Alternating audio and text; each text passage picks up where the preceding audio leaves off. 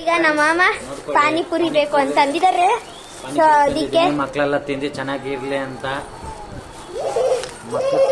ಮಕ್ಕಳು ಚೆನ್ನಾಗಿದ್ರೆ ನಾವು ಚೆನ್ನಾಗಿರ್ತೀವಿ, ನಾವು ಚೆನ್ನಾಗಿದ್ರೆ ಮನೆ ಚೆನ್ನಾಗಿರ್ತದೆ, ಮನೆ ಚೆನ್ನಾಗಿದ್ರೆ ದೇಶ ಚೆನ್ನಾಗಿರ್ತದೆ, ದೇಶ ಚೆನ್ನಾಗಿದ್ರೆ ಪ್ರಪಂಚ ಚೆನ್ನಾಗಿರ್ತದೆ, ಪ್ರಪಂಚ ಚೆನ್ನಾಗಿದ್ರೆ ಇಲ್ಲಿ ಹಿಡ್ಕೊಳ್ಳಿ.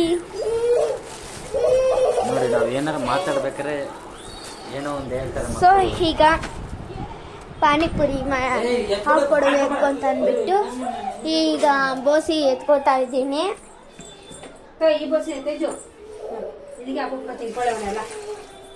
ಈರುಳ್ಳಿ ಹೆಚ್ಕೊಟ್ಬಿಡ್ತೀನಿ. ಈರುಳ್ಳಿ ಬೇಕಂತ ಪಾನಿಪುರಿಗೆ ಈರುಳ್ಳಿ ಬೇಕಂತೆ, ಅದಕ್ಕೆ ನಮ್ಮಮ್ಮ ಈರುಳ್ಳಿ ಹಚ್ಕೊಡ್ತಾವ್ರೆ. ಸೊ ಇವತ್ತಿನ ಊಟ ಏನಂದ್ರೆ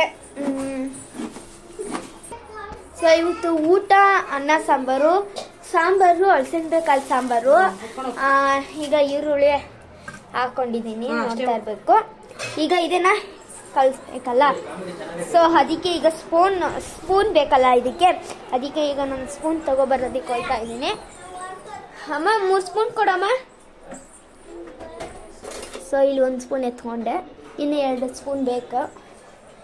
ಸೊ ಇಲ್ಲಿ ಇನ್ನು 2 ಸ್ಪೂನ್ ಎತ್ಕೊಂಡಿದ್ದೀನಿ.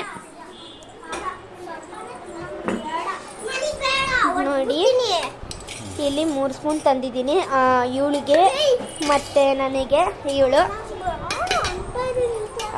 ಸರಿ, ಈಗ ನಾನೀಗ ಮಸಾಲೆ ಪುರಿನ ಹಾಕ್ತಾ ಇದ್ದೀನಿ. ಸೊ ಇದೆಲ್ಲ ಇವಾಗ ಹಾಕ್ಕೊಡ್ತಾ ಇದ್ದೀನಿ.